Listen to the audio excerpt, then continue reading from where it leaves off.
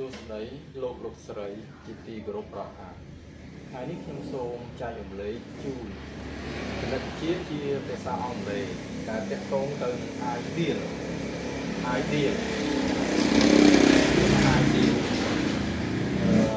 តើវាមានន័យយ៉ាងម៉េច definition និយមន័យរបស់វា definition start ring a or ring or is called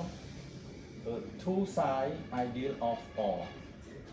is for every or belong to big or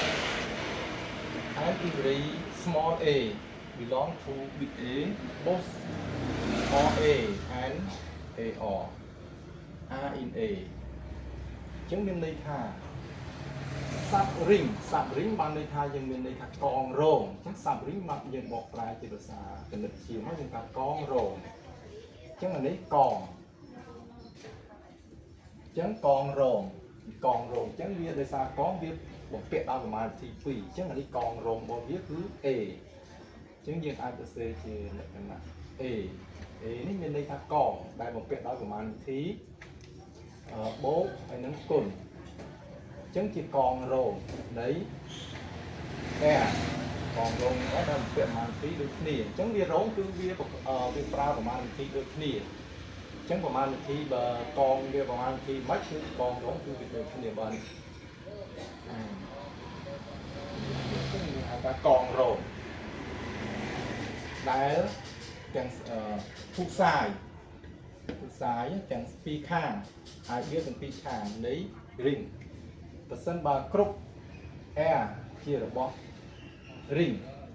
ចឹងធាតុ R ហ្នឹងគឺជារបស់ ring ហើយគ្រប់ធាតុ A ហ្នឹងគឺជារបស់កងរងវាអញ្ចឹងយើងបានលក្ខណៈត្រឡប់របស់វា AR ហើយនឹង RA អញ្ចឹងអានេះ RA អានេះ AR វិញគឺវាស្ថិតនៅក្នុងកងរងអញ្ចឹងវាចូលលក្ខណៈស្រូប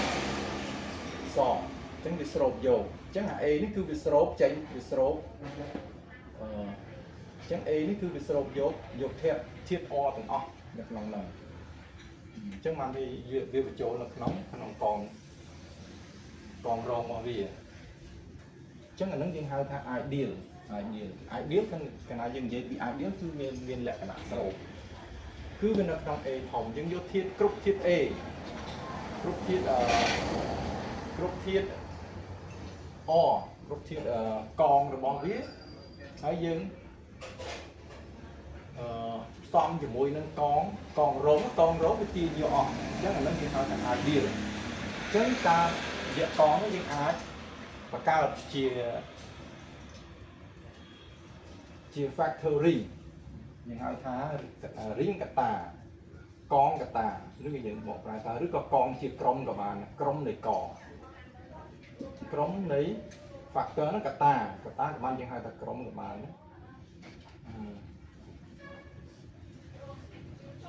យ៉ាងនេះចឹង factory ចឹងបានន័យថាយើងអាចបំបែកកងហ្នឹងគឺជាក្រុមបន្តទៀតយើងបំបែកជាក្រុមវាប៉ុនគ្នាចឹងកន្លែងនេះហៅថា A ចឹងអាទាំងមូលនេះយើងហៅថា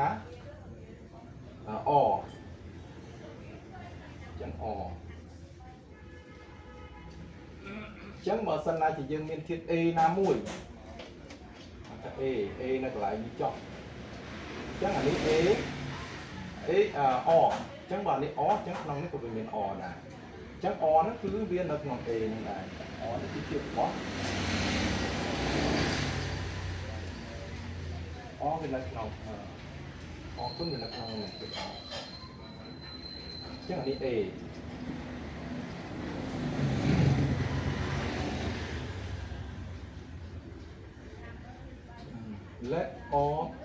let R be a ring ចឹងយើងឲ្យ A ឲ្យ R ហ្នឹងគឺជា ring ហើយ A ហ្នឹងគឺជា ideal នៃ R ideal នៃ R ដោយសារតែ R ហ្នឹងគឺវាជាក្រុម R ហ្នឹងគឺជាក្រុមដែរក្រុមហ្នឹងវានៅក្រោមប្រមាណវិធីបូកហើយ A ហ្នឹងគឺអញ្ចឹងបើវានៅក្នុងប្រមាណវិធីបូកអញ្ចឹងគេហៅវាថាជា normal សក់គ្រូសក់គ្រូអញ្ចឹង A ហ្នឹងគឺជាវាអាចជា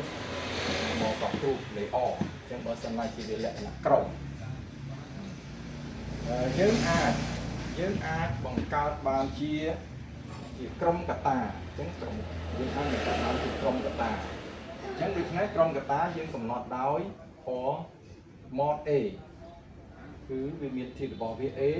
ធាតុ A បូកជាមួយនឹង A បូកនឹង ideal របស់វាដែល O ហ្នឹងគឺធាតុ O គឺជារបស់ ring ស្តៀងគ្នាដែរគឺវាអត់ខុសគ្នានឹងក្រុមនៃ coset ទេគឺអានេះ coset អញ្ចឹងអានេះគឺ coset មួយអានេះ coset តែ coset ទាំងអស់អញ្ចឹងគឺគ្រូ coset ហ្នឹងគឺវាមានទំហំប៉ុនគ្នាហើយវាប៉ុននឹង ideal នឹងទៀត coset យើងកំណត់និយមន័យនៃផលគុណយើងកំណត់ផលគុណរបស់វាកំណត់ជាផលគុណរបស់វាដើម្បីឲ្យទៅជា coset ដូចនេះដែរទៅ coset អញ្ចឹង coset យើងមាន coset 2 A បូកនឹង A A បូកជាមួយនឹង A ហើយនឹង B បូកជាមួយនឹង A អញ្ចឹងយើងកំណត់វាថាជា A B បូកនឹង A បើសិនអានេះបូកA បូកនឹង A បូក A តូចបូក A ធំ B បូកនឹង A ធំអញ្ចឹងយើងយកផលគុណយើងកំណត់ទៅម៉េចបាន A បូកនឹងនេះដែរអញ្ចឹងបូកនឹងដើម្បីចូលតម្រងនេះអញ្ចឹងដល់ទៅពេលយើងគណនាទៅ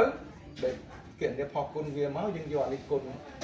ពីនេះគុណបញ្ចូលនេះគឺយើងបានប៉ុណ្ណេះណាអញ្ចឹងវាមានតម្រងប៉ុណ្ណឹងអញ្ចឹងអានេះគុណអានេះគឺវាស្មើប៉ុណ្ណេះដោយសារអីបានវាស្មើប៉ុណ្ណឹងដោយសារយើងពឹងទៅលើលក្ខណៈ ideal អញ្ចឹងកាលណាលក្ខណៈ ideal គឺយើងបានប៉ុណ្ណឹង